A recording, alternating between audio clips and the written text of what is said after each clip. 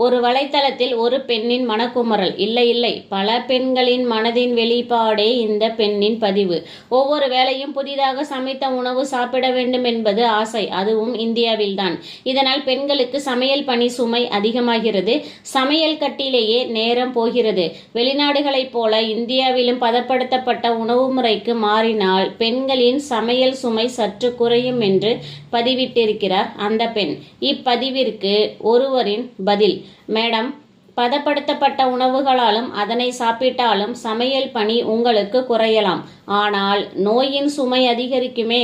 அதற்கு நீங்கள் செய்ய வேண்டியது சமையல் பணியை ஆண்களும் பகிர்ந்து கொள்ள வேண்டும் என்று வலியுறுத்துவதுதான் சரியான தீர்வாக இருக்கும் என்கிறார் அந்த நபர்.